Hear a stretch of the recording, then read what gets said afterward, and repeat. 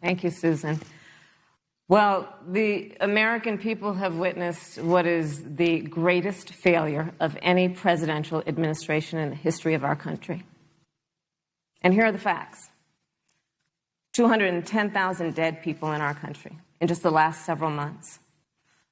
Over 7 million people who have contracted this disease. 1 in 5 businesses closed. We're looking at frontline workers who have been treated like sacrificial workers. We are looking at over 30 million people who in the last several months had to file for unemployment. And here's the thing.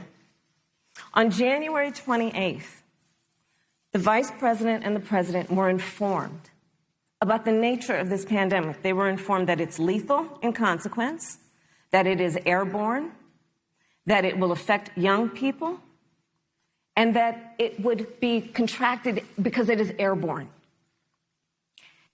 And they knew what was happening, and they didn't tell you.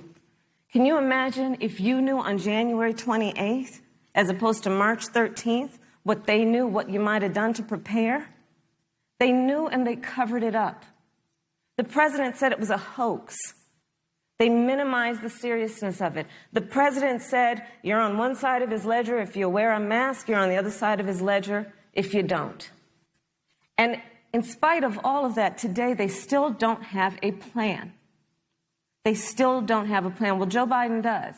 And our plan is about what we need to do around a national strategy for contact tracing, for testing, for administration of the vaccine, and making sure that it will be free for all.